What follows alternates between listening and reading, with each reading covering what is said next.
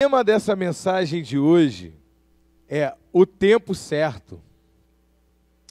Olha para o teu irmão e diga assim: o tempo certo. Irmãos, falar sobre tempo é um assunto pertinente nessa época. Uma discípula enviou uma mensagem para mim hoje, de manhã, e eu achei muito interessante. Até a mensagem dela foi também pertinente ao tema da mensagem. Então eu até deixei para poder ampliar essa explicação agora, para vocês terem um bom entendimento a respeito do que é esperar. Imagina que Jesus, quando ele sobe aos céus, quando ele é assunto aos céus, ele diz assim: venho sem demora. Ele diz para João, né? Ele diz: venho sem demora. Guarda o que tens, para que ninguém roube a tua coroa. E aí quando ele diz, eu venho sem demora, já se passaram 2000 anos. Se ele fala que vai demorar, irmão, então não sei. Se ele diz, fica tranquilo que eu vou demorar. Irmãos, mas ele diz, eis que eu venho sem demora. Mas por quê? Ele está demorando? É lógico que não. Diga, o tempo certo. Assim como existe o tempo certo para a consumação dos séculos, assim como existe o tempo de Deus para uma comunidade cristã, existe um tempo de Deus para um país, existe um tempo de Deus para pessoas, para famílias, e também existe tempo de Deus para pessoas na sua particularidade, no indivíduo. Quantos estão começando a entender? Então eu quero falar sobre o tempo certo, e o tema vai ser vai ser bem amplo, mas vocês vão ter um bom ensinamento. No Salmo 40, pode abrir comigo no Salmo de número 40?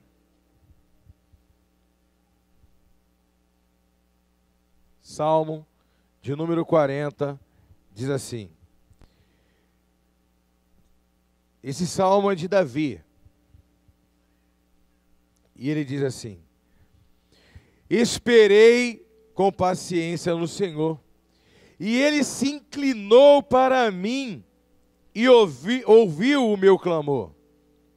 Tirou-me de um lago horrível, num charco de lodo, pôs os meus pés sobre uma rocha, firmou os meus passos. Agora é o que ele diz logo no versículo depois. E pôs um novo cântico na minha boca, um hino ao nosso Deus. Muitos o verão e temerão e confiarão no Senhor. Aí, olha o que ele diz em seguida. Eu quero terminar aqui nesse versículo. Bem-aventurado o homem que põe no Senhor a sua confiança e que não respeita os soberbos, nem os que se desviam para a mentira. Bem-aventurado o homem que coloca a sua confiança no Senhor e que não se submete ao soberbo e àqueles que conduzem o povo, aos que lhe rodeiam, à mentira. Davi diz assim, coloquei a minha confiança no Senhor, esperei pacientemente no Senhor, e Ele colocou os meus pés sobre uma rocha, e colocou um cântico nos meus lábios, um louvor de exaltação a Deus. O que Davi está querendo dizer? Eu estava num charco de lama, eu estava no pecado, e o Senhor tirou-me e me colocou numa rocha. Quem é a rocha? A rocha é Cristo. Você vai ver que a Cristo está simbolizado como a rocha. Em vários versículos na Bíblia, a rocha que Moisés bateu para tirar água, Deus disse, fale a rocha. Mas Moisés, impaciente com o povo, ele bateu na rocha e a rocha deu água. Porém, Deus disse, fale a rocha, não disse, bata na rocha. Então, ali era uma tipificação dos fariseus que iriam mandar bater em Jesus, porque Jesus é a rocha. Então, você vai ver em vários momentos. Quando Davi diz, Esperei pacientemente no Senhor e Ele me tirou de um charco de lama. O que é lama? Pecado. Ele colocou os meus pés sobre a rocha. O que é a rocha? Jesus, ou seja, estou seguro. Estar com os pés sobre a rocha é você estar numa condição, numa situação de morte, de destruição. Tem uma enchente com lama, igual aconteceu em Brumadinho, igual aconteceu na cidade de Mariana. E aí o lama salta te levando e capaz de até te avassalar, de te levar e de te matar. E aí, de repente, alguém te tira de uma condição de perda, de destruição, e te resgata. Um corpo de bombeiro, alguém te coloca ali seguro sobre uma rocha. A salvação, ela não foi definitiva. Ela te colocou sobre um lugar seguro. E ali já é um motivo de alegria. Você já sabe que aquela lama ali, ela não vai te destruir mais. Naquele momento, ela não vai te destruir. Ele te colocou num lugar seguro momentâneo, um lugar de proteção, ele está dizendo. Enquanto você estiver em cima dessa rocha aqui, nada vai acontecer contigo. Tem um vídeo que eu até postei um tempo atrás, o Vinícius me ajudou a gravar esse vídeo. Está no Face, está no YouTube também, que eu falo sobre a salvação. O que é a salvação? A salvação é quando alguém superior a mim, numa condição, ele me tira de uma situação. Existem vários tipos de salvação. Existe uma pessoa que foi salva de um acidente de carro, e o bombeiro tirou ele dali. Como assim? Ele não conseguiu, o carro estava pegando fogo, ele estava preso na ferragem, ele não conseguiu sair, então ele precisou de alguém para tirar. Se ele consegue sair dessa condição, então ele não foi salvo. Não existe essa linguagem fulano ou beltrano se salvou. Ninguém consegue se salvar. Ele consegue escapar de algo. Se ele escapou, ele não se salvou, ele escapou. Salvar vamos dizer assim, é uma redundância você falar que eu me salvei. Porque a palavra salvar vem da condição de que alguém fez isso por você. Quem está entendendo? Existe a salvação de um corpo de bombeiro, que isso não impossibilita que a pessoa no próximo acidente não venha ao óbito. É uma salvação momentânea, mas naquele acidente ali, ele não vai morrer. Quem está entendendo? Ali não morreu. Pronto, salvou. Mas o bombeiro não pode impossibilitar ele morrer no próximo acidente, ou impedir. Uma enchente, um corpo de bombeiro te tirou e colocou você num lugar seguro, mas ele não te garante que na próxima enchente que tiver, ele possa te salvar. Quem está começando a me entender? São salvações momentâneas, situações momentâneas, mas que aponta para uma salvação e que te traz uma esperança de uma salvação. Agora, a esperança, o que ele diz? Eu esperei pacientemente no Senhor. Quando ele falou esperou, ele está dizendo o seguinte: olha, eu estou esperando naquele que me colocou na rocha. Eu estava numa situação ruim e ele me colocou na situação mais agradável. É muito mais fácil eu esperar pela salvação definitiva na condição que eu estou agora do que eu esperar pela salvação num lugar onde eu estava anteriormente, que eu talvez nem apontava para uma esperança. Então ele está dizendo isso. Olha, eu já consigo louvar a Deus, porque pelo que eu já era e aonde eu já estou, eu já consigo louvar ao Senhor. Eu já consigo agradecer a Ele. Se eu, que não merecia nada, a situação que eu estava era de escárnio, de vitupério, de vergonha, e Ele me tirou daquela condição, favor imerecido, me colocou sobre uma rocha, Ele não me colocou aqui à toa. Ele me colocou aqui para poder me levar além, senão Ele me deixaria lá. Então Ele não está falando de uma salvação definitiva, Ele está falando, olha, nessa situação que Deus me colocou, eu consigo aguardar a salvação definitiva de maneira mais confortável, louvando, adorando a Ele. Quem está entendendo? E aponta também para a redenção eterna, porque em Cristo Jesus, que é a nossa rocha, Ele é o nosso porto seguro, nosso advogado, que está nesse momento nos defendendo de todas as acusações do diabo. O diabo todos os dias ele tenta nos acusar diante de Deus, e Ele é nosso defensor. Então Ele está na condição de nosso defensor, Ele está aqui agora e a gente está seguro nele. Fora dele, nós estamos novamente no charco de lama, de pecado, mas nele estamos seguros. Então, quando vier o arrebatamento, quando Jesus vier, e Ele vier nos buscar, se eu estiver seguro na sua palavra, se eu estiver seguro nos seus mandamentos, na rocha, você está entendendo? ali eu vou ter uma salvação definitiva, uma salvação eterna. É lógico, amém.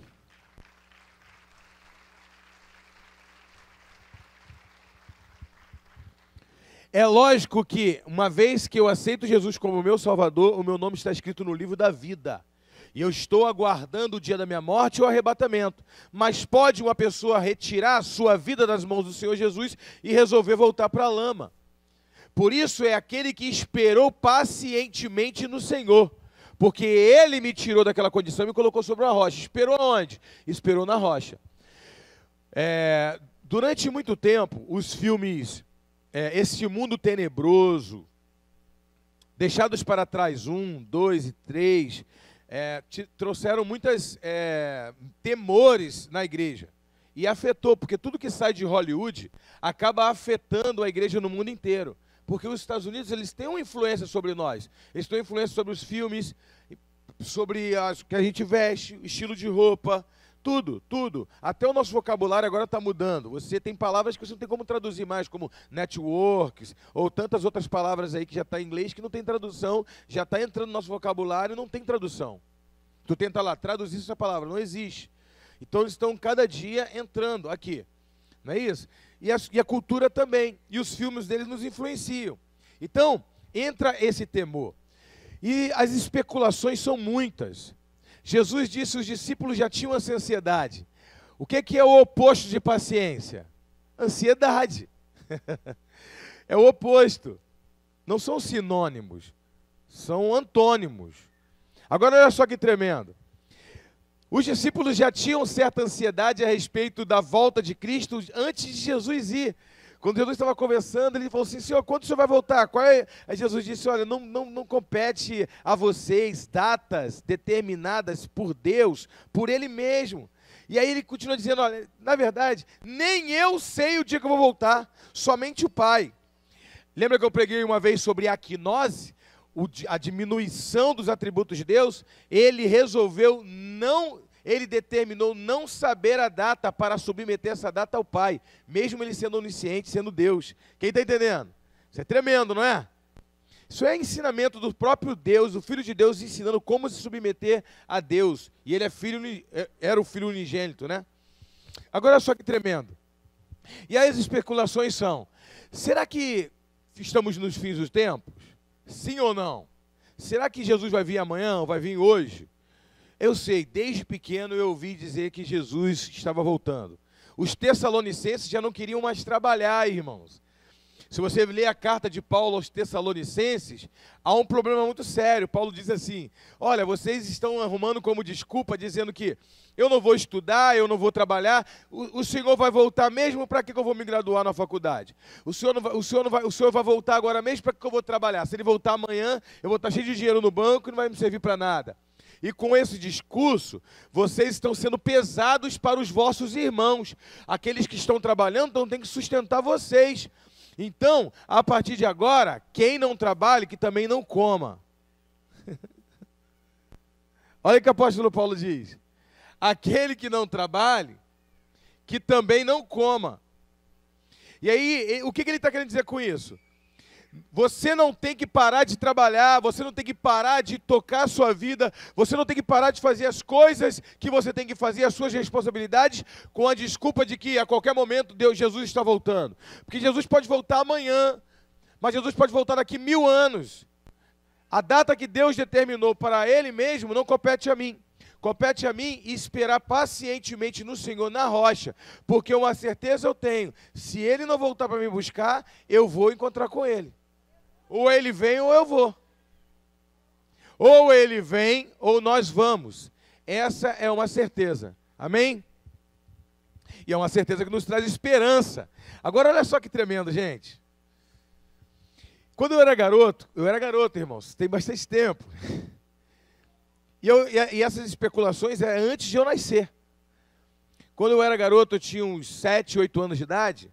Eu lembro das conversas dos irmãos da igreja perto da minha avó, dos irmãos da igreja da minha avó, dizendo sobre a marca da besta. E eu lembro que quando eu era garoto, saiu o código de barra. Eu tinha uns 7 para 9 anos de idade quando saiu o primeiro código de barra. Os alimentos vinham com aquele código, e aí todo mundo começou a fazer, tinha uma contagem que eles faziam, número tal, tal, tal, que no final dava 666. E aí em Apocalipse diz que uma pessoa não vai conseguir comprar nem vender se não tiver a marca da besta. E agora todos os alimentos estavam vindo com código de barras. Então eles entenderam o seguinte: não compre mais, os pastores na época orientaram as ovelhas, não compre mais nenhum alimento que tenha a marca da besta. Compre somente a varejo. Vai ainda, tem muitas mercearias que vendem arroz a varejo. Quem lembra da época que vendia arroz a varejo e feijão a varejo? O cara ia lá, metia aquele negócio lá e pesava, não era assim? Vinha com mais pedra do que tudo, os dentistas que agradeciam, não era? E aí tu catava, mas não achava, meu irmão, sempre tinha um, que tu, já era, né? Feijão, que era varejo. Ainda tem muita loja varejo. Acabaram as mercearias, que eram as vendas, né? Não é isso que a gente chamava, vai na venda, né? Acabaram os avarejos, começaram tipo arroz tipo 1, feijão tipo 1, e as pessoas, aí foi fechando, e todos os alimentos passaram a estar com código de barra.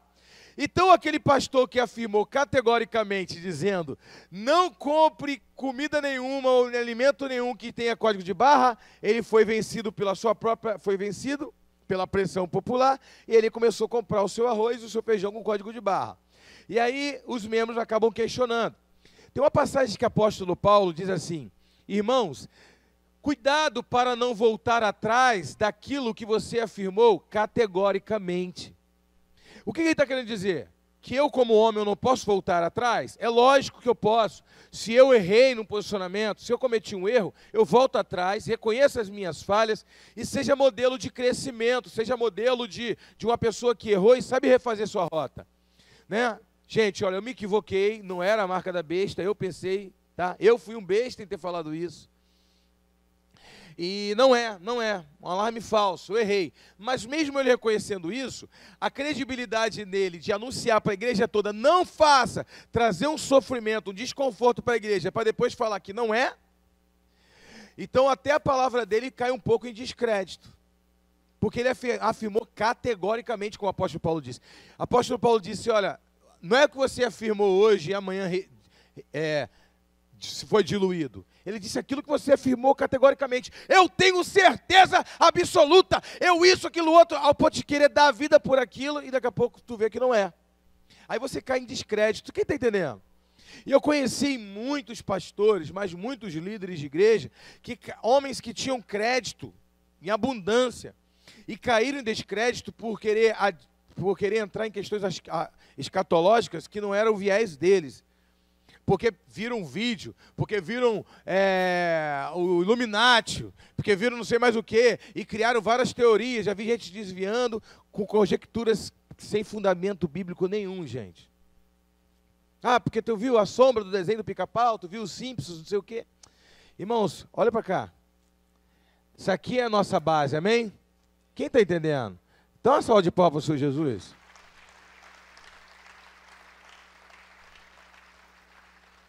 Quando ele diz que nós devemos esperar pacientemente no Senhor, ele diz que a gente tem que acalmar o nosso coração e aplacar as nossas ansiedades na palavra, aqui ó, na palavra.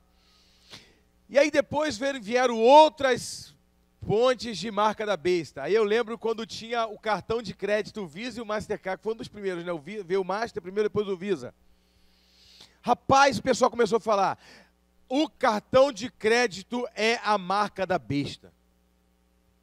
Porque está escrito que ninguém vai comprar e nem vender nada se não for. E aí, irmãos, tinha gente que se negava a cartão de crédito. Se negava a ter cartão do banco para poder passar débito. E aí o patrão tinha problemas e dificuldades terríveis com cristãos. Por quê? Porque os outras pessoas, funcionários, recebiam o salário na conta, mas os cristãos tinham que dar dinheiro em espécie para eles, porque os funcionários aí começaram a despedir cristãos porque eles queriam modernizar a empresa e os funcionários iam embora. Aí depois, porque não aceitaram o cartão, não, só deposito o salário na conta, não, assim também não quero, porque eu não vou me render à besta. E aí muitos saíram de emprego, pediram demissão de emprego, pediram um monte de coisa, aí depois o pastor disse, irmãos, me equivoquei, a marca da besta não é o cartão de crédito não.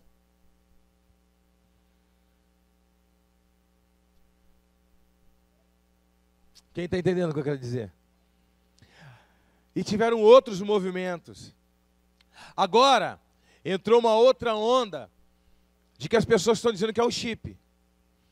Aí uma pessoa me perguntou assim: apóstolo, se tiver implantação do chip, o senhor vai colocar? É claro que eu vou. Por quê? Porque amanhã depois eu vou fazer papel de ridículo igual as pessoas fizeram com cartão de crédito. Se o chip for a marca da besta, apóstolo, se for, é na mão, é na testa, é na sola do pé, é na palma da bota, é na sola do pé, não sei o que lá. Se o chip for a marca da besta, aí eu coloquei o chip aqui na minha mão. Aí o diabo diz, vai para o inferno. Aí eu vou falar para Deus, poxa Senhor, andei em santidade, lavei minhas vestes na santidade, purifiquei meu coração, não cometi homicídio, não desejei a mulher do próximo,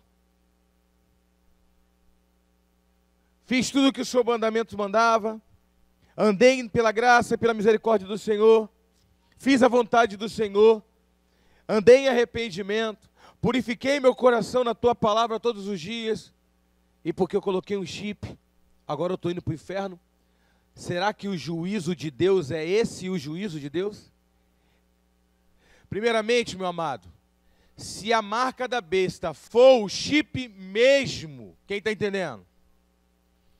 Deus vai revelar a sua igreja. Quem é a igreja? Somos nós.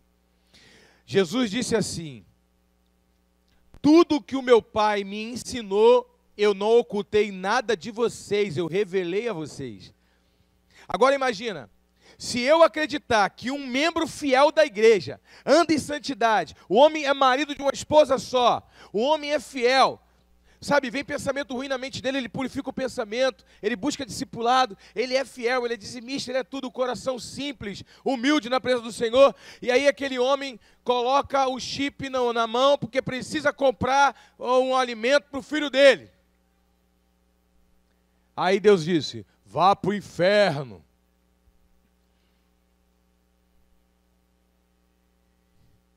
Irmãos, qual é a ideia que nós criamos de Deus? Deus é um robô que você passa o cartão e tem um código? Deus é o quê? Deus é mecanicista? O que é Deus? Deus é desprendido de sentimento, de juízo, de entendimento, de julgamento completo, de colocar a vida da pessoa completamente diante dele e julgar cada etapa da vida da pessoa. O que é Deus para o cristão? Quem está entendendo, irmãos? Pelo amor de Deus. Então eu não estou dizendo que o chip é apóstolo, está dizendo que o chip não é a marca da besta. Eu disse isso? Eu disse que se for, Deus vai falar comigo, vai falar contigo. Irmãos, vão tentar colocar o chip em você. Se o chip é do diabo e você é crente, o chip não vai entrar. Não sei o que acontece contigo, não está funcionando. Aí tu fala, não está funcionando, é porque Deus não quer que coloque. Tu vai entender, mas Deus não vai deixar que algo oculto, codificado, venha anular uma confissão pública da minha redenção, da minha confiança nele. O batismo é público, confissão pública. Se tu confessar com a tua boca e crer no teu coração que Jesus Cristo é o Senhor, tu serás salvo. Então, se o batismo é uma confissão pública, se a fé é uma confissão pública, por que a salvação tem que estar codificada? Deus quer criar uma pegadinha para poder levar para o inferno os seus? Será que foi por isso que Jesus Cristo morreu na cruz do Calvário? Para ligar o homem a Deus, para agora, por causa de uma brincadeirinha codificada, oculta, até os seus irem para o inferno? Então, me desculpa, o Deus está com muito mais vontade de levar as pessoas para o inferno do que para o céu.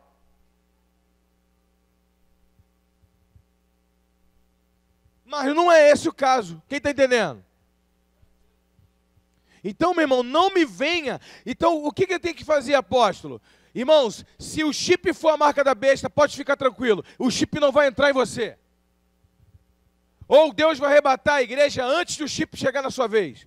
Quando tiver o último quilo de alimento na sua casa, a igreja vai ser arrebatada. Mas eu não tenho que me preocupar o que é a marca da besta ou não. Quando o Salmo diz, no Salmo 140, que eu tenho que esperar na rocha, eu tenho que dizer, a minha vida já está seguro estou nos braços dele. Então, qualquer coisa que possa vir e possibilitar a minha salvação, ele vai enviar recursos para me dar livramento. Até mesmo se eu estiver sendo enganado por alguém ou por uma condição. Imagina, Deus é amor, sim ou não? Eu tenho 5 filhos. Se o meu filho estiver morrendo de fome, eu vou implantar na testa, na orelha. E se Deus me condenar por isso, então o Deus que enviou seu único filho entende menos de amor do que eu imagino.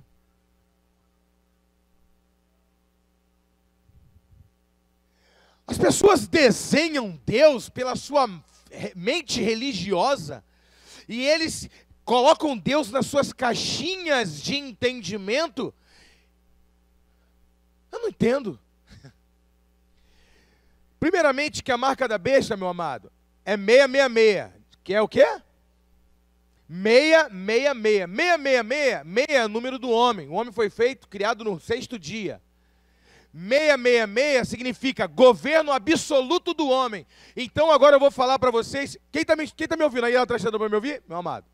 Então, para que ninguém coloque nos meus lábios que eu disse que a marca da besta não é o chip, ou é ou não é, eu não disse nada disso.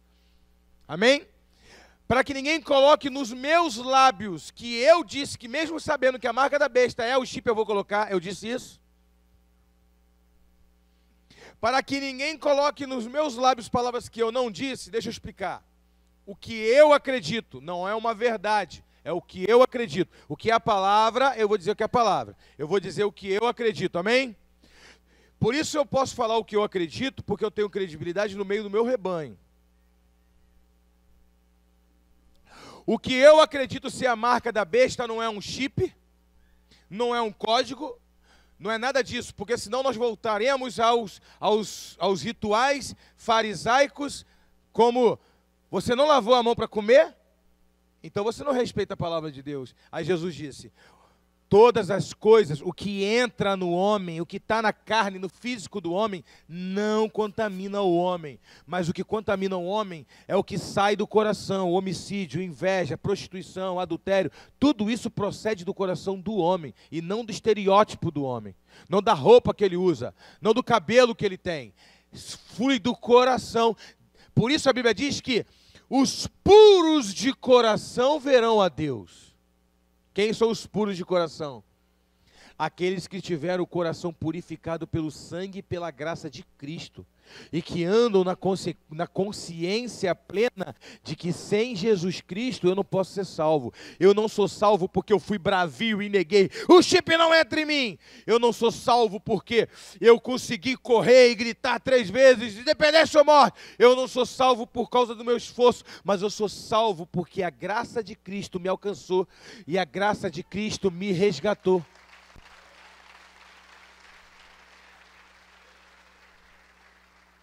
Você não vai chegar lá no céu e vai dizer, tu viu Jesus? Me salvei.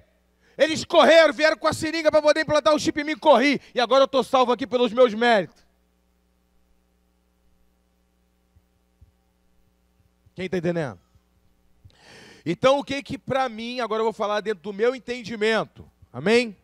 O que é a marca da besta? 666, uma completude. O governo humanitário, o humanismo implantado. O que é o humanismo? O homem, nas suas obras e nos seus pensamentos, exclui Deus na sua totalidade. Tudo que ele fizer, não envolver a Deus. Por exemplo, o Estado já é laico. Então você já não pode expressar mais a sua fé lá no colégio. Na verdade, você pode. A laicidade, ela não te proíbe. Ela te dá direito de expressar a sua fé, a liberdade religiosa, mas não é isso que está acontecendo. Você não pode pregar para outro no colégio, mas tu pode ler a Bíblia em público. A laicidade, ela te protege a intolerância religiosa. Porém, não é isso que acontece. Quem está entendendo? Então, expulsam, os cristãos, perseguições. Então, o humanismo já começa a entrar. Por exemplo, Deus não fez, né? Foi a evolução. Então, tudo isso vai entrando. Então, quando o homem tira a glória de Deus e coloca a glória para ele, quem curou aquela pessoa? Não foi Deus, foi a ciência.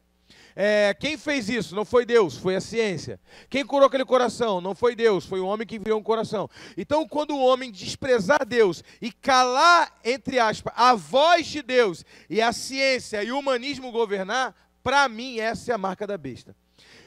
Chegará um momento que um cristão, no meu entendimento, quem não tiver a marca da besta, não vai poder comprar, não é isso?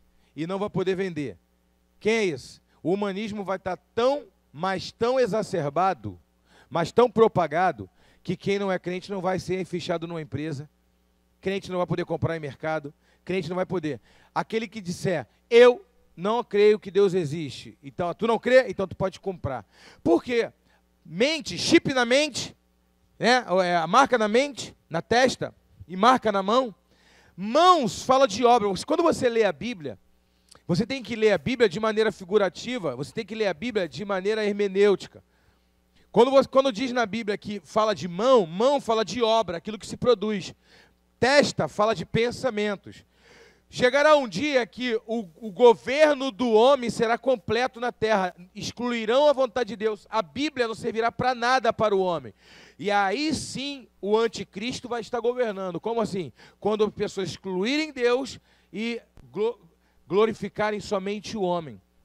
Pode reparar que o humanismo já tem entrado na igreja. A igreja tem muito mais tempo para trabalhar e só pensa em construir coisas materiais do que tirar tempo com Deus. Quantas pessoas largam o ministério com desculpa de que tem que melhorar minha vida financeira? O humanismo, o conseguir coisas na terra, a mentalidade terrena já é um humanismo sendo implantado. Em muitos países árabes, quem é crente já não pode comprar, não pode. Por que os missionários precisam de ajuda no Irã, no Iraque?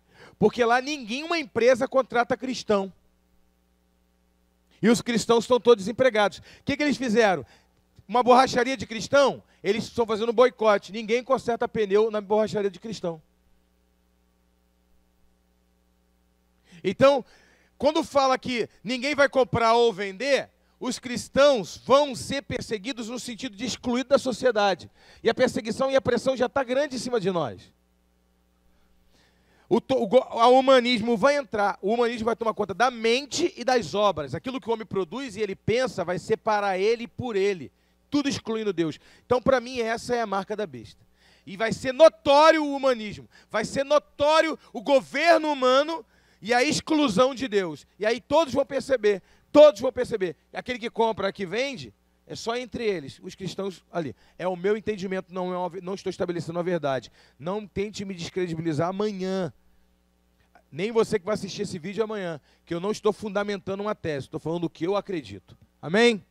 Então, é o que eu acredito, me dá direito de pensar. Eu não acredito que seja algo escondido, eu não acredito que seja algo oculto, que nem a igreja vai ser revelado o que é. Porque, meu irmão, eu já vi pastores fazerem atrocidade, já vi pastores vender, todo mundo vende tudo que deu. Essa madrugada me deu uma revelação que até o final do ano vai haver uma perseguição, vende tudo aqui, vamos morar num kibutz, na selva, e aí o pastor, meteu o pé com o dinheiro de todo mundo. Já vi de tudo que você imaginar. Então, o que Davi disse? Não se desespere, os tessalonicenses já não queriam trabalhar no primeiro século, pensando que Jesus ia vir. Então ele disse, olha, você já está com os pés na rocha, se vai ter chip, se não vai ter chip, se vai ter marca, se não vai ter marca, uma coisa eu te garanto, aquele que te comprou quando você era um miserável pecador, ele vai continuar retendo nele a sua salvação. Então não se preocupe e nem te assombres. Será que tem marca? Será que não tem? Será que tem isso? A Bíblia diz que eu tenho que me preocupar com isso? Quem tem que se preocupar com isso é quem está perecendo. Irmão, se você está aqui hoje, você não é evangélico. Se você está aqui hoje, você não é cristão, perdão. Evangélico não, cristão. Se você hoje não aceitou Jesus como teu Salvador, você não tinha que estar preocupado, tu era para estar desesperado. Porque Jesus pode voltar agora antes de eu terminar de falar, quer ver? Ficou com medo, né? Aí tu pensou, nem deu tempo de terminar o culto para fazer o apelo. Então, será que o tempo de você ser salvo é o tempo que você vem aqui na frente e levantar a mão? Será que essas palavras não é suficiente para tu se consertar agora sentado? Que se daqui 10 minutos a salvação vier, ou você morrer de um ataque cardíaco, ou um ataque cardíaco, você ser salvo antes de vir aqui? Será que o tempo da tua salvação é o tempo de levantar e vir aqui e estender as mãos? Ou é um conserto, é algo consciente e agora? Deus é atemporal, Ele transcende a temporalidade. O que é um posicionamento? Vem aqui na frente que quer aceitar Jesus. O cara não tem perna, não pode? Aceitar Jesus é um posicionamento interno na sua mente. O cara tem uma testa de ferro, tem uma placa na testa. Sofreu um acidente. Botaram um negócio de titânio na testa dele porque ele caiu de moto. Ele perdeu as 2 mãos no acidente de moto. A marca da besta nunca vai alcançar ele. Nem se quisesse. Caraca, Deus sabe de todas as coisas aí. O cara sofreu um acidente, botou uma placa de titânio na testa, não vai poder marca da besta lá. Também não tem mão. E esse já está salvo, glória a Deus, né? Aí o coração está pensando em se masturbar, mesmo sem mão. Está pensando. Está pensando em fugir da polícia mesmo sem perna.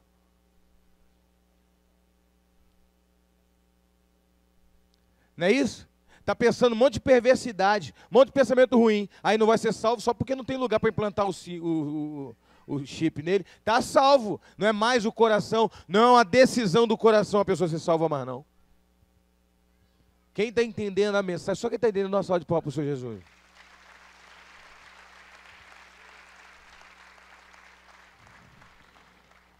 Deus é bom o tempo todo, não é? Dá outra salva de palmas aí, dá? Dá, porque Jesus é maravilhoso. Aleluia! E aí nós começamos a montar, irmãos, o tempo certo. Diga para o teu irmão assim, o tempo certo. Eu estou falando da eternidade. Amém? Agora eu estou falando da nossa vida. Quantas vezes nós abrimos mãos de tantas coisas de Deus porque não entendemos os tempos, acompanhamos o tempo de Deus para nós. Mas imagina só o camarada, ele tem 19 anos de idade, aí ele anda lá na bizinha dele, todo mundo fala assim, os parentes, os primos têm até inveja dele. Nossa, fulano já tem, anda de bicho para cima para baixo, tem uma motinha dele, não sei mais o que, tem dinheiro, anda com a roupa de marca. Aí tem 21 anos de idade, 22 anos de idade, já abandonou a faculdade, nem chegou a fazer a faculdade, nem terminou os estudos, nem o ensino médio, mas ainda tem uma marca ainda de um playboyzinho, o cara, né, todo mundo, nossa, o cara é playboyzinho, família boa. Todo mundo ainda elogia ele, mas quando ele faz seus 29, 30 anos de idade, as pessoas olham para ele e pensam o quê? Que vagabundo, cara. O cara ele perdeu o time da sua própria existência. Ele está perdido dentro de casa. A mãe e o pai, doido para andar de ceroula dentro de casa, e o cara está lá. Não pode. Porque perdeu o time, perdeu. E ele fica assim, está perdido. Ele está perdido, ele não sabe o que é adolescência, ele não sabe o que é juventude, ele está já partindo para a meia-idade, não é isso? E ele está ali perdido. E as pessoas começam a olhar, nossa, como que esse fulano se perdeu? Quem diria que eu tinha até inveja dele quando eu era adolescente? Quem está entendendo? Deus está falando? E muitas coisas na nossa vida a gente perde. Porque Deus, Ele sinaliza fases da nossa vida. Deus quer revelar cada etapa. Deus não respeita a nossa agenda. Olha para o teu irmão e diga assim, Deus não respeita a sua agenda. Irmãos, longe disso, Ele não respeita a tua agenda. A sua agenda tem que se adaptar a dele. O tempo dele é o kairos, é o tempo certo, o teu é o cronos. Então, apóstolo significa que eu não tenho que ter agenda? Quando Deus diz assim para Jesus diz para Nicodemos, Nicodemos faz uma pergunta para ele, como é que eu faço, Senhor, para herdar o reino de Deus? E aí Jesus disse, olha, tem que nascer de novo da água e do Espírito. E aí ele diz, aquele que nasce da água e do Espírito é como um vento que sopra, mas ninguém sabe de onde vem, nem para onde vai. Ou seja, está querendo dizer que está andando por aí sem norte, sem programação nenhuma, sem projeto nenhum? Não é isso. Ele está querendo dizer, olha, antes de você querer criar a sua agenda, faça isso junto com o Espírito Santo, porque Deus não te prometeu uma agenda, Ele te prometeu o Espírito Santo. Essa foi a promessa. E aí onde tem mais respaldo para isso? Tiago diz o seguinte: antes de você dizer, amanhã eu vou comprar, amanhã eu vou vender, ou amanhã eu vou passear, pergunte, se Deus quiser. Tiago disse isso. Pergunte antes, se Deus quiser, eu vou a tal lugar. Então quer dizer, porque a tua agenda está submetida à vontade dele. Amanhã eu vou trabalhar. Pronto, a tua agenda. Pum, piriri, diarreia. Pronto, não vai mais.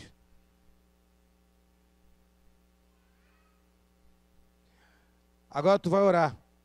Esse mês eu vou trabalhar, vou fazer tanto de dinheiro. 15 dias trabalhando direto. Não vai, torção no tornozelo. Fica 15 dias em casa, só pensando na vida e orando. Aproveita e lê bastante a Bíblia. Não vai. A tua agenda está na minha mão. Então, antes que aconteça vários percalços no caminho, me chama para o relacionamento e vamos escrever a sua agenda junto, eu e você.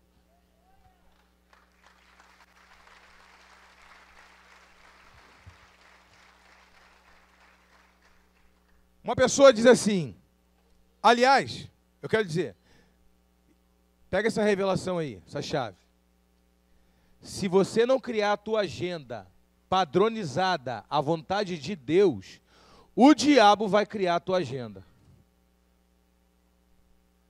Alguém vai criar a sua agenda.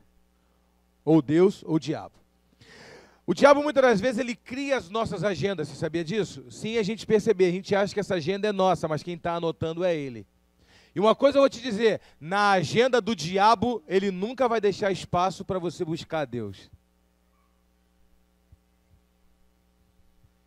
O diabo ele ganha tempo, ele ganha espaço para poder escrever na sua agenda quando você entra preocupação e falta de confiança em Deus. Aí, assim como a fé é uma dinâmica de antecipação, eu vejo o que Deus vai fazer no futuro e já começo a provar agora, é a certeza da prova daquilo que eu estou vendo ainda no futuro. O desespero faz o diabo escrever uma agenda nova para você. Mas hoje o Senhor está resetando essa agenda e está escrevendo uma nova agenda na sua vida.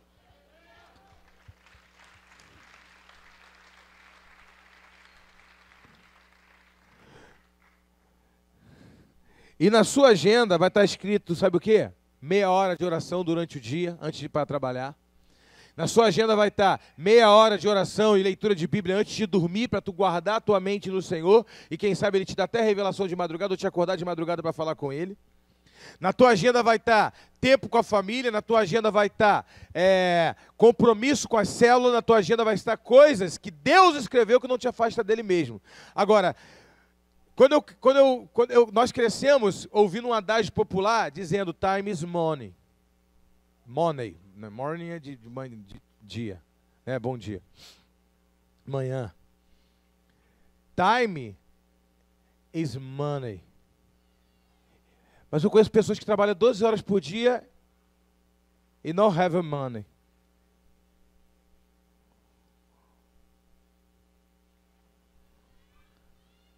Não tem. Não tem mesmo. Trabalha que nem tem tempo para ganhar dinheiro. E aí a Bíblia diz que é Deus que dá ao homem o dom de adquirir prosperidade e riqueza. É Deus que dá. Então, é o tempo certo. Quando você se submete à agenda de Deus, no tempo de Deus, tem comunhão com Deus, com o seu Espírito, quando a palavra do Senhor diz, em Mateus 6,33, buscar em primeiro lugar o reino de Deus e a sua justiça, e as demais coisas vos serão acrescentadas, ele está querendo dizer o seguinte, olha, quando você entender que se a tua agenda tiver incluído você buscar Deus mais do que a tua preocupação exige, que você busque trabalho, hora extra, não sei mais o quê, você vai ser próspero. Você vai deixar de ser trabalhador e vai ser um homem próspero. Amém. Glória a Deus, tem uns agora que estão puxando, né? E aí, Deus ele não vai, irmãos, se desesperar ou vai se submeter ao teu desespero. A agenda, olha para o teu irmão e diga assim, a agenda de Jesus não se submete as tuas ansiedades.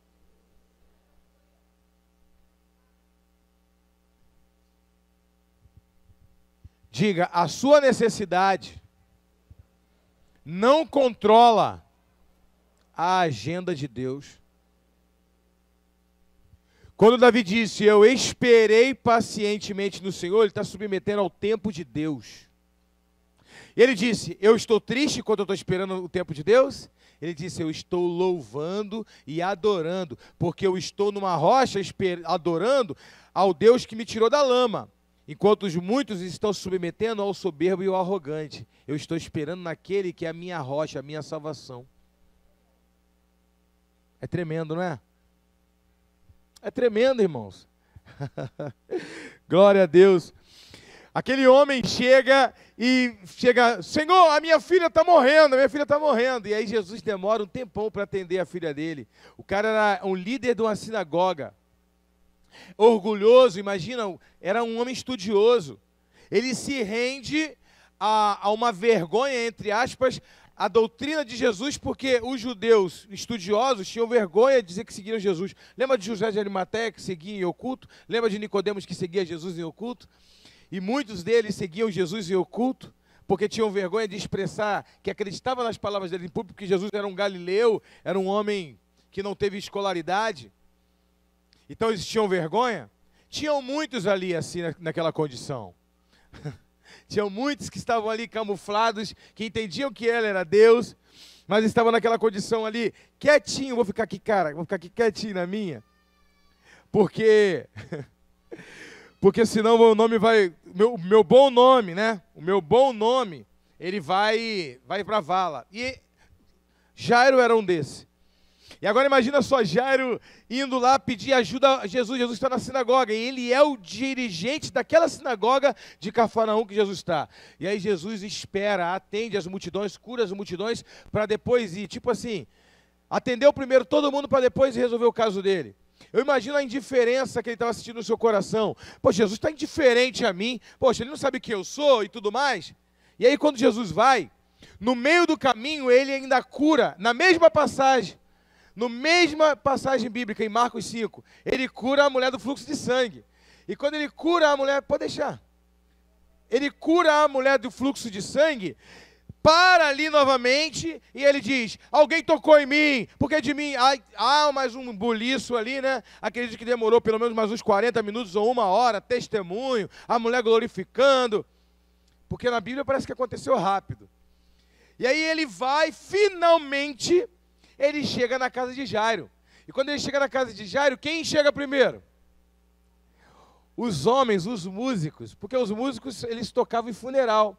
A Bíblia diz que os músicos já estavam lá, a menina já tinha morrido, e os homens que estavam para cantar no funeral da menina já tinham chegado.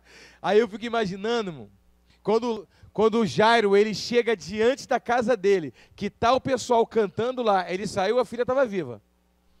Quando ele está vindo no meio do caminho, uma pessoa vai de encontro a ele e diz assim, deixa o mestre em paz, porque a tua filha já morreu.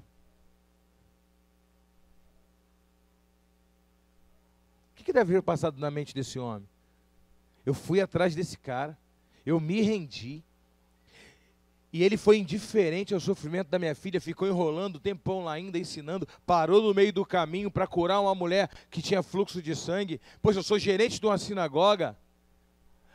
Como ele foi indiferente, eu acho que na mente dele ele pensou, ei, a minha filha está morrendo, calma aí que eu estou indo.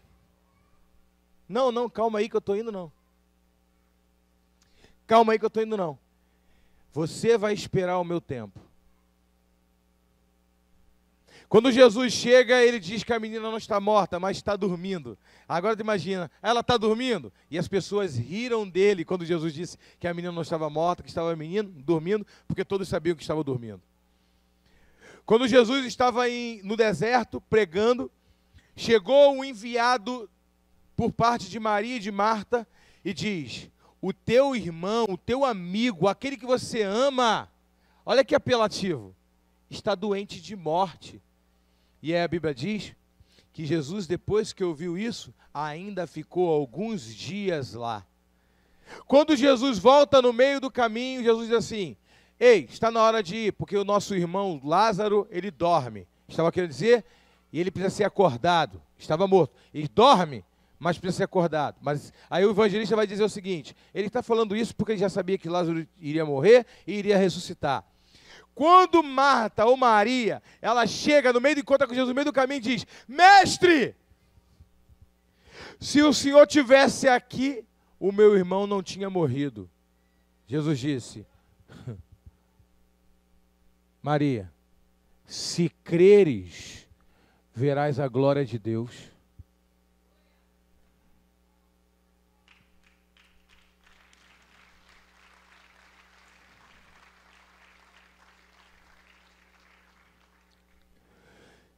Agora, imagina aquela mulher reclamando, murmurando, dizendo, esse homem foi indiferente. Quantas vezes ele comeu na minha casa? Quantas vezes eu fiz bolinho de chuva para ele aqui? Quantas vezes? Teve uma vez que eu fiquei jogada nos pés dele aqui, e eu estava cozinhando a Maria, adorando ele. Gente, como que ele sabia que meu irmão estava para morrer, ele não veio, ele curou a tantos, ele esperou meu irmão morrer? Jesus chorou. menor versículo da Bíblia, aí ele diz, Jesus chorou, porque amava muito. E todos dizem, nossa, como ele amava muito Lázaro.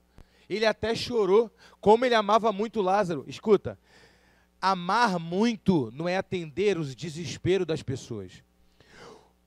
O fato de alguém te amar muito, ela não tem que te atender aos seus desesperos na hora que você quer.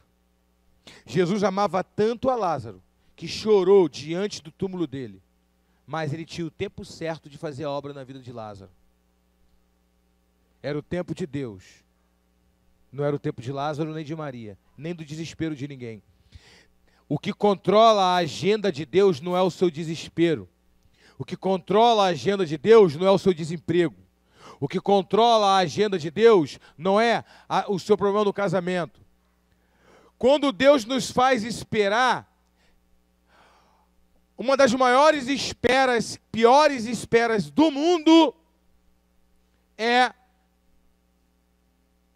Isso aí, meu filho, gostei, agora gostei. Uma das maiores, piores esperas do mundo é esperar em Deus. Esperar um ônibus é tranquilo, esperar uma outra pessoa se arrumar irrita, mas é tranquilo. Esperar, né? A gente tem que ter consciência. Mas esperar em Deus é desesperador. Mas quando nós esperamos em Deus, gente, estou falando sério, cara, estou com esse negócio de... Estou assistindo as pregações, um negócio só em inglês, que eu estou com dificuldade de achar uma palavra em português. Improvement é melhorar. Não há melhoramento, melhoras. Não há evolução. Mas quando tu espera em Deus, enquanto você espera, você está melhorando. Quando você espera em Deus, você não está esperando como espera qualquer pessoa.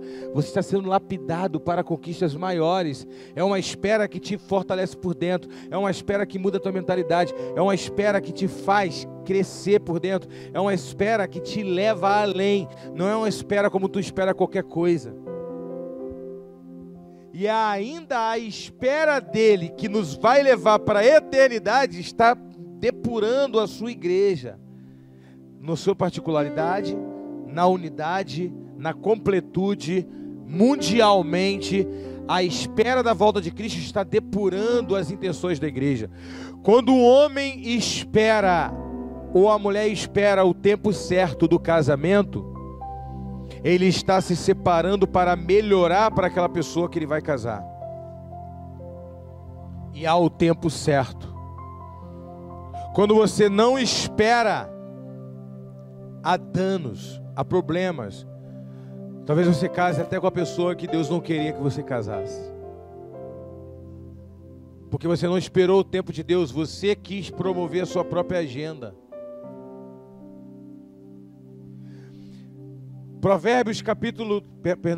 Eclesiastes 3, versículo 11 diz que tudo é formoso ao seu tempo. Tudo é formoso ao seu tempo. Ou seja, ao tempo de Deus. Continue lendo. Porque Deus criou todas as coisas, Ele sustenta todas as coisas, e tudo é formoso ao tempo de Deus. Quando eu busco Deus, eu entro na atmosfera dEle, que é o Kairos, e eu entro na atmosfera dEle, eu consigo alcançar o time dEle, e as coisas começam a acontecer aqui na terra para mim. Quando o meu comportamento, enquanto espero, a minha melhora, o meu desenvolvimento, o meu crescimento pessoal, espiritual, familiar, fica atrelado com o tempo de Deus, é o tempo certo. É o tempo certo. Não é qualquer tempo, não é qualquer momento. É o tempo certo. É aquilo que tinha que acontecer no momento certo, que vai fluir da maneira certa.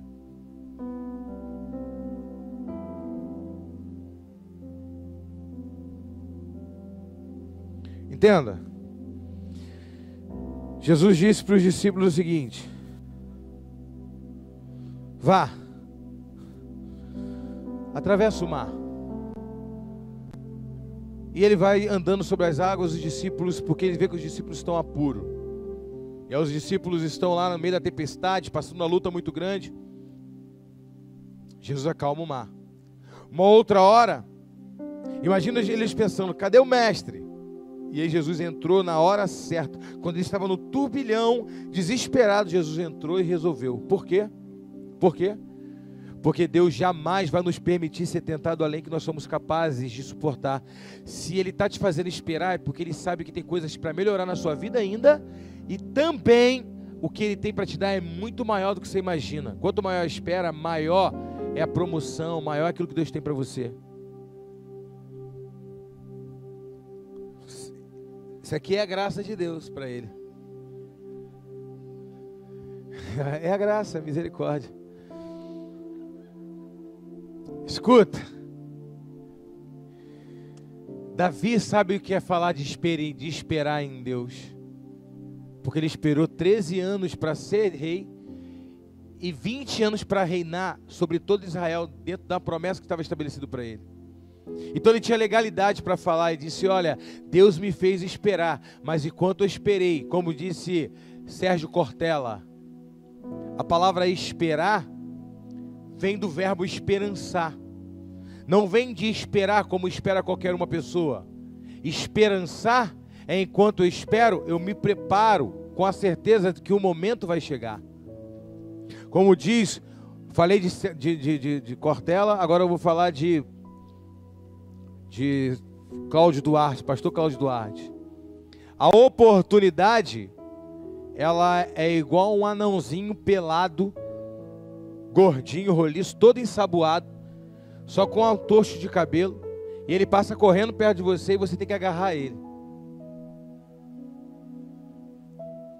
Se você não se preparar para isso, você não vai pegar ele.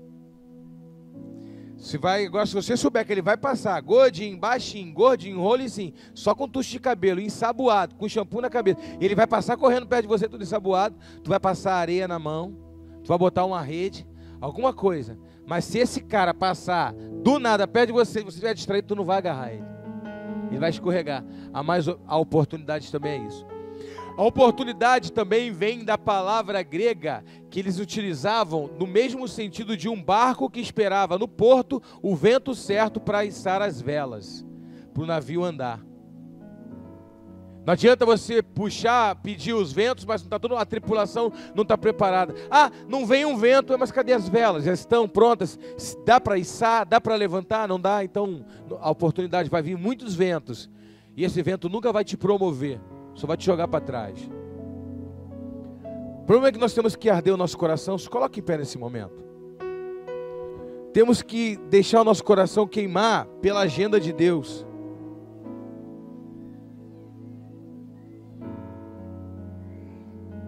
Temos que entender e submeter a nossa vida, a nossa agenda nas mãos do Senhor. Eu não estou falando que você tenha que ser uma pessoa descansada, uma pessoa que não faz nada, uma pessoa que não projeta, uma pessoa que não trabalha, uma pessoa que não arquiteta. Eu não estou falando isso. Eu estou falando que você tem que fazer isso junto com Deus. Eu estou falando que você tem que orar, jejuar, orar, buscar a dependência de Deus antes de dar os seus passos, as suas decisões. Você tem que submeter a sua vontade à vontade de Deus. E muitas das vezes, quem viu uma postagemzinha curtinha que eu coloquei no Face esses dias, tem tempo que eu não tenho postado nada, mas eu postei. Se você conquistou aquilo que você muito queria, foi direcionamento de Deus, mas se você não conseguiu aquilo que você tanto queria, foi livramento de Deus. Se você entender que Deus está no controle da sua vida, então tudo está submetido a Ele, Ele tem o melhor para você. Você não vai andar desesperado por nada, nem vai andar ansioso por coisa alguma, porque tu tem certeza que o Deus que te chamou e te comprou com o sangue do Filho dele, na cruz do Calvário, esse Deus já estabeleceu algo de excelente para você. E nem morte, nem destruição, nada disso pode impedir você de fluir na vontade dEle, de viver o sobrenatural dEle, de viver aquilo que Ele estabeleceu para você, para sua casa, para sua família. Eu não vou passar a noite toda me preocupando se tem chip, se não tem, se vai ter arrebatamento, se não vai ter, meu irmão, se vai ter arrebatamento, eu estou com ele, se não tem arrebatamento, eu estou com ele, se eu viver, eu estou com ele, se eu morrer, eu estou com ele. Eu tenho que a única coisa me preocupar, que não digo nem que é uma preocupação, é uma vigilância, de não acordar e não ler a Bíblia, não orar, não me importar com ele, com o Espírito dele, porque a promessa que Jesus deu, quando ele subiu, ele diz: eis que hoje vos te dou uma agenda, não saia de Jerusalém. É isso? Eis que hoje eu estou selando vocês com uma empresa, um dinheiro. Ele diz: eu vou te dar uma promessa, não saia de Jerusalém até que do alto você seja revestido com poder. A única promessa que ele deu foi nos dar poder para ser testemunha dele. Aí ele disse: em Jerusalém, na Galileia, em Samaria, nos confins da terra. Aonde? Aonde a tua agenda quiser? Não, aonde ele mandar você ir. Aonde ele mandar você ir. Não, tem algumas pessoas que eu falo assim: e se Deus te enviar para tal lugar? Enviar, nem pensa sair daqui, ficar com o Senhor. Eu sei, tu quer ficar. Tu perguntou para Deus? Irmãos, tu orou? Eu queria ser pastor em Beverly Hills. Lá Beverly Hills das Valas ali, né? Beverly Hills de Manguinhos, Beverly Hills da Maré. Pode ser também que Deus te envie para lá. Vai beber vários rios.